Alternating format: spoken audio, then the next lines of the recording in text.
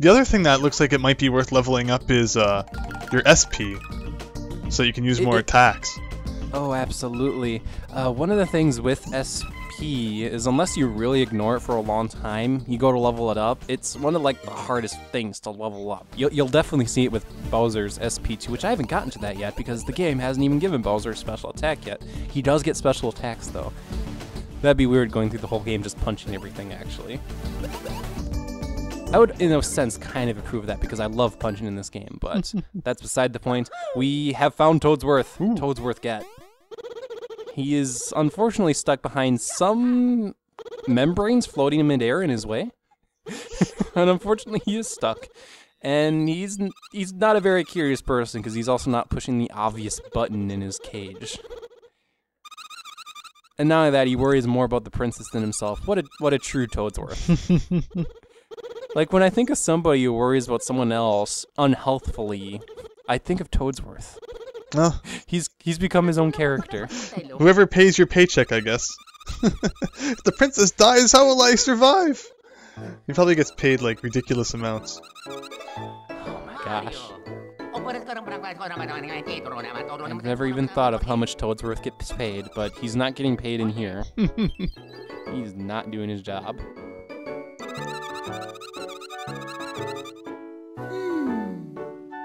I wonder if we could crawl through there. Well, that would make a whole bunch of sense. Maybe we'll morph into a morph ball, but we don't have a power suit, so that's totally not a thing that we can do. I hate in video games when you have that narrow passageway and it's like, crawl! You're a human! You can crawl through the passageway! But no. That's not Mario and Luigi's way. Mario and Luigi's way, actually, is to just remember that you can do that. We didn't find anything special or learn it from a red and green guy this time. Mario and Luigi just were like, wait, I think I know what we need to do here. Do you remember this? Oh yes, I remember this. They just forget everything about their previous adventures after the game ends. And it's like, well, now we could actually use this. Oh, that's right, I remember. Those two, like, really French guys from the Bean Kingdom taught us to whack each other with hammers, and we were able to get into small areas. Let's do it. Well, actually, only Mario remembers his end, because Luigi doesn't remember that he can go into the ground. At least not yet. Pretend I didn't say that. Yeah. Oh, yeah.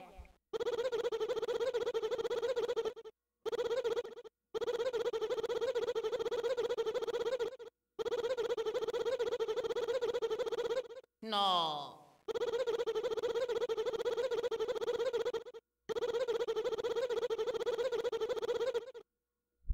And Toadsworth goes off by himself to... I don't know what he's doing. Okay. Regardless of the case, we can now smash Mario's head with Luigi and turn him into small Mario. And that allows us to get into small areas like that. Okay, I did not mean to punch there. I meant to get the water back up. There we go. And then in that question mark block, we find a nut. Cool, nuts. Interestingly enough, because I Let's Played Mario & Luigi Superstar Saga Plus, which didn't have nuts, even though the original did, and Mario & Luigi Partners time had mushroom drops, not nuts. This is actually the first time in any of my Let's Plays I've gotten a nut in a Mario & Luigi game. For the uninformed, nuts heal both of your bros at the same time, so they're really useful in that regard. Though these regular nuts are only 20 HP, so it's not actually that much HP. A regular mushroom does 30 HP, so it's just a very minor heal. Useful in the beginning of the game, but later in the game when we have a lot more HP, that 20 HP doesn't really add up to a whole much. I forget, why were they taken out of Superstar Saga Plus again? Were they just like too OP? JD Aster just removed nuts from the game and made it so that late in the game you got a mushroom called a bro mushroom, which functioned the same as nuts, though you didn't get them until late game. He probably just removed the nuts for sake of challenge, because remember, part of the reason of that hack was to make the game a little bit more challenging. And to make the numbers go crazy high. But there we go. Let's go ahead and take out these enemies here.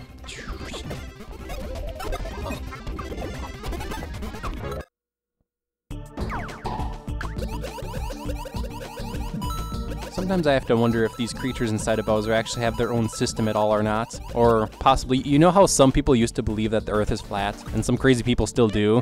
Maybe there's people like inside of Bowser who are all like, we are inside of a creature, and other people are like, that's crazy talk.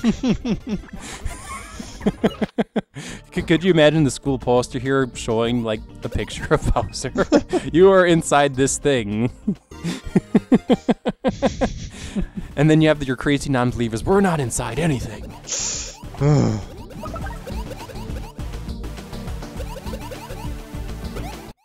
go!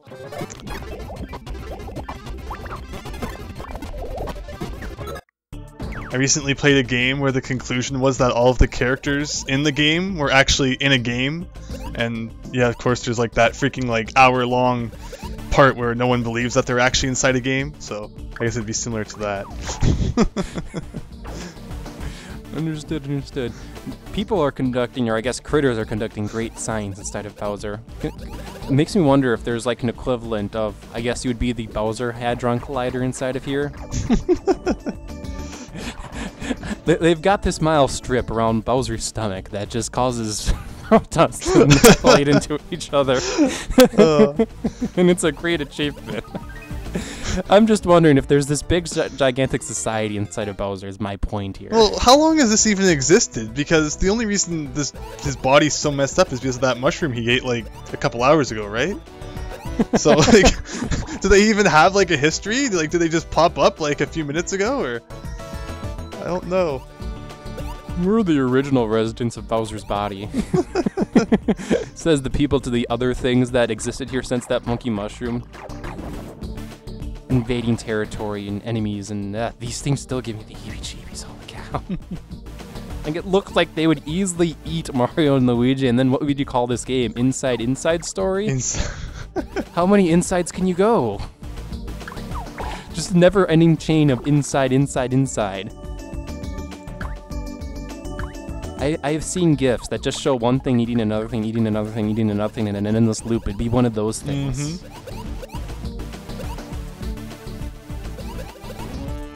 Right there, get excited, because that is actually our last attack piece. We have collected all 10 in the Pump Works. That really sucks if you miss like the first one. Do you have to go all the way back? Yes. Oh my gosh. Our second attack is the Fire Flowers. So a normal player, it would be a really good idea to watch the demo, but I kind of already know what I'm doing. The demo will be included at the end of the video as normal with the tutorial flashing text. What I do want to show off here is our new item. Well, it's not a bro item anymore, it's an attack. Fire Flowers! You mash the button of the bro. Now it's very important you don't press the wrong button, because if you don't press the wrong button, you get the end of the attack just like that, where you mash both buttons just like that. And then you get either a great or an excellent to flash up here. As for Fire Flowers themselves, they're decently powerful. They attack everything. I personally find that I have really inconsistent results with their damage output, and I don't know if it has to do with the fact that I mash weirdly or if the things are weird. Main thing I can tell you, more important than anything else, other than the mashing, is to make sure you mash the right button. Because if you don't mash the right button, you don't get that awesome finale, and then you don't do as much damage, and then you're a sad panda. So, but oh, you first. Do you have to unlock all of the bro attacks, or whatever they're called? So, like, say we didn't collect all those pieces, can we just proceed on and not worry about it? Yes. You would never get Fire Flowers then. Of course, you could come back here and go get the Fire Flowers, but... Anyway, I did actually get lost here for a little bit, not remembering about Bowser, so I ended up wandering around the dungeon a whole bunch, and then I came back, then I remembered, oh yeah, that's right, Bowser, that's right. And then I wandered around again some more and got totally lost, but then I remembered, that's right, I can go into this little chasm, and that little chasm has new gear for us, just a fighter wear. It's actually even better than that picnic wear we got earlier, and increases attack power just a little bit. Our gear throughout the course of the game continuously gets progressively better. So, as expected, the gear that we're currently getting, useful now, useless later. Here's one of those 10 coin blocks. If this was the last game, they would have each been like 10 or 20 coins. But this strange membrane cannon that's inside of Bowser is used to shoot the ball of... Well, I guess it's the ball that the Chombones eat. I don't know what else to call it. It's a glowy ball. Okay, it's a glowy ball, everyone. We shoot it all the way across, and it actually overshoots its target. But we can, well, if we get back in position, that trombone. There we go. Push it in position, and now this bigger trombone eats it, and he's like, ooh, yummy, yummy, yummy. Wait, that's hot.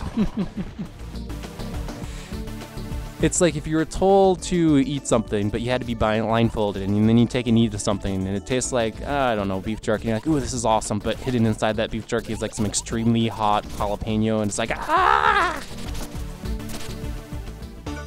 We got the Stingler, and it looked like it was really dangerous to pick that up. And just, you know, put it in your pocket. It's only twice your size. Makes sense. It's very shocking.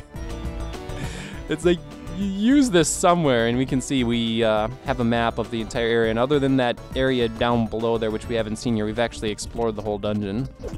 But you can see part of the area is kind of marked off from us, and that's because we gotta return back that Stingler where it belongs.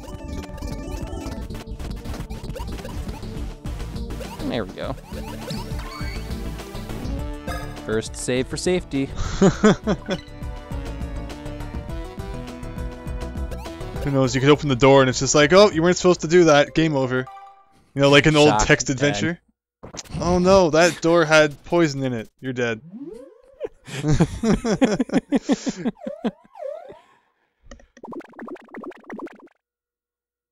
That opens up a giant door, and that giant door actually just opens up a ton of new areas for us to explore inside of Bowser, including the new glowy area, the Flame Pipe.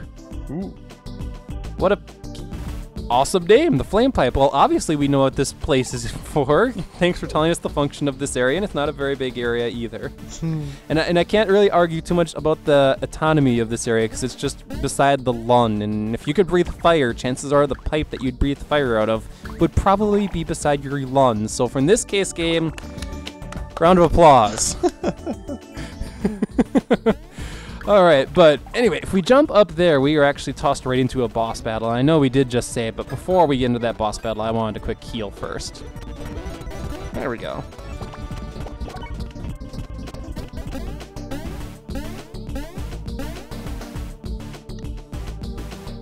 There we go, we just have to climb up just a little bit further. Oop, fell down. And there we go. Well, this is why Bowser can't breathe fire. There's a bug blocking the open pipe. It's kind of freaky. That is kind of scary. That bug is just kind of sitting there. He's like, I am not phased at all at sitting on this pipe, which is probably really hot. See what I mean? That guy should be coming bacon. That bug should be like fried, and he's not getting fried at all. Also, he just ate Starlo.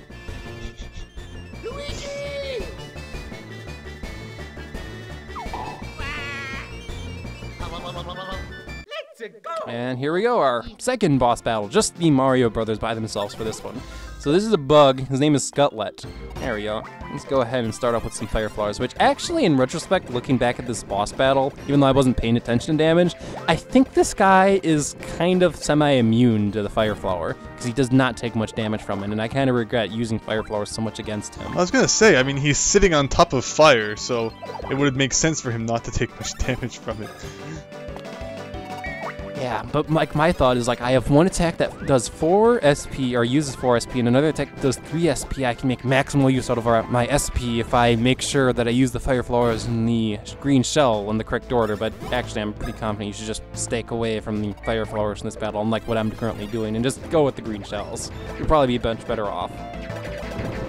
But anyway, whenever this guy attacks, his tell is always related to his eyes. That is, he'll always look at the bro that he's going to be going after. Like, as you can see, that tell there, I kind of was anticipating it incorrectly there and kind of got chewed a little bit. But you could see, just before he did his attack, he looked down at Luigi. He's like, hi, Luigi. I'm looking at you. That means I'm going to attack you.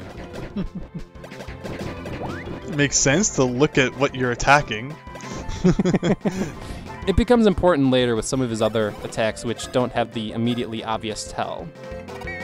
So let's compare that to the green shell damage.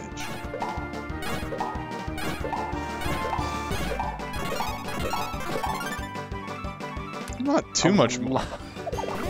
Compared to doing the 14, 15, 20 to 30, it's more. I guess. And it uses less SP. And one so, time you did 22, but I guess that was lucky. So yeah, 30 is kind of an improvement. I remember when I first got to this boss battle, I didn't even think about using green shells because there's that platform that the bug is standing on, Bowser's flame pipe, and it just, like, the shell it completely ignores it. It doesn't bounce off the pipe, it bounces off him. There we go. There we go, just like that. Since this boss battle is going to take just a little bit longer, I figured I might as well take this time to explain one of this game's mechanics. This was actually true in Mario & Luigi Partners in Time, though I completely forgot to mention it, so I figured I might as well mention it here, because it's true in this game as well. The attack power that you do, and actually the damage you take as well, isn't just based entirely on your power and defense. Part of the way this game calculates damage is actually based on your current level. That is to say, right now Mario and Luigi are level 5, I believe, and part of their damage output is based on the fact that their level is level 5. If their level was like level 8, even with the same attack power or attack stat, they would actually do more damage. So that explains why, like, if theoretically, if you were to hack this game and give Mario and Luigi, like, a super high attack stat right now, even though they're, like, level 5 and have a super high attack stat, they actually wouldn't do that much damage. It's really strange, though. It's like... What's the point of having all these stats if it ends up coming back to just the level anyway? Huh. It does make it a super challenge if you wanted to go through this game in like a minimalist fashion and get the minimum number of level ups, because then it's like you're going to seriously do little damage and take tons of damage. Oh, by the way, I killed him on counterattack. Yes! So, but there we go. Plus 200 experience and level 6. And actually, this is an important level up because we rank up. Ooh. So as you can see, there's a whole bunch of ranks that we can reach here, and we hit shell rank. The benefit of hitting shell rank is that we can actually put on another piece of equipment onto Mario and Luigi. I haven't bought too much equipment to actually show it off, but to give you an example, like our main equipment right now is just overalls and different pants to put on. With like shell rank, we can put on a pair of overalls and a pair of gloves, to give you an example. Whereas without the shell rank, the only thing we could put on would be one gear, which would be like a pair of overalls by itself or a pair of pants by itself, which doesn't make a lot of sense. Okay. Yes, I'm gonna walk around without the overalls equipped. Well, we unclogged that pipe and Bowser can breathe fire again. Just imagine if you were Bowser and you just drank a ton of water and now you can breathe fire. Your natural thought would probably go like, my flame pipe was probably clogged. Oh, this is awesome, I can breathe fire now.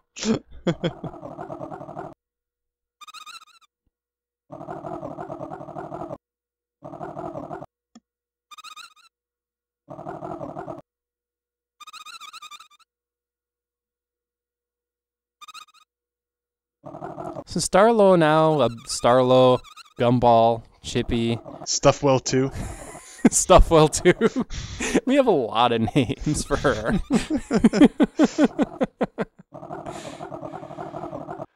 I think I'm just going to continually call her proper name Starlo, though once Evil Pop-Tart is back, I'm certain he's just immediately just going to go Gumball.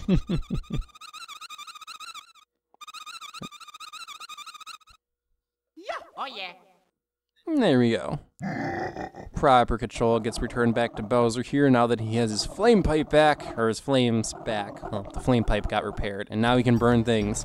Now, if you remember, last time we ran into some areas where we couldn't burn things down. First things first, those trees need to burn because I have a grudge against the trees. Ah, don't drink more water, Bowser. Not what I was trying to do.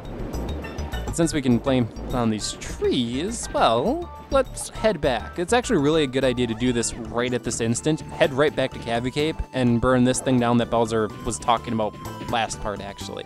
Because this gets us to another area, and this area has some really good equipment for Bowser, actually. A Judge Shell and some Veins. And if we pick up this equipment later in the game, it's not quite as useful, but right now, this equipment actually is really useful to us. So it's in our benefit to just get it right now. Because by default, we have Shabby Shell, but Judge Shell, just big increase in defense for us, relatively speaking. Which is good. I want lots of defense, because if I have lots of defense, I can take lots of hits, and if I can take lots of hits, I can get Bowser to get the furry status, and then I can have him kill everything. Before we end this part, let's actually take a look here because we just unlocked a ton of areas inside of Bowser here. You can take a look at all of them here. Wow, interesting. Now, even though we unlocked like a whole bunch of things, the game locks us out of like everything. Like here's the pipe yard and I can't go anywhere. Here's the nose deck and there's nothing really here. Here's the airway. Oh, cool. Look at this area. I can't proceed any further. So even though we unlocked a whole bunch of things, we really didn't unlock anything. Just things where it's like, oh, cool. Look at this area. Oh. Obviously, these will serve a purpose later in the game, but for right now, they're just kind of there. To give you the illusion, I guess you can go places, but no, we can't even go places. Like, even look at this area. It's like, oh, cool, look at this area. Let's go inside of, oh. We're not going anywhere. Which, if we could theoretically, like, sequence break into some of those areas, since I'm aware of where they appear in the story, the enemies there would obliterate us. Does this game have sequence breaks? Not to my understanding. Oh. I could be totally wrong because I always try to do research beforehand, and like for the people who watch my Mario and Luigi Partners in Time Let's Play know that I talked a little bit about sequence break whenever they were applicable. If sequence break is in this game, I'll probably learn about it. If you guys know about one, please let me know, and I'll definitely mention it. But otherwise, I'm not aware of any, actually. Okay. But with that said, that has been another episode of Let's Play Mario and Luigi Bowser's Inside Story. This has been Milesluigi. And Higsby. See you next time.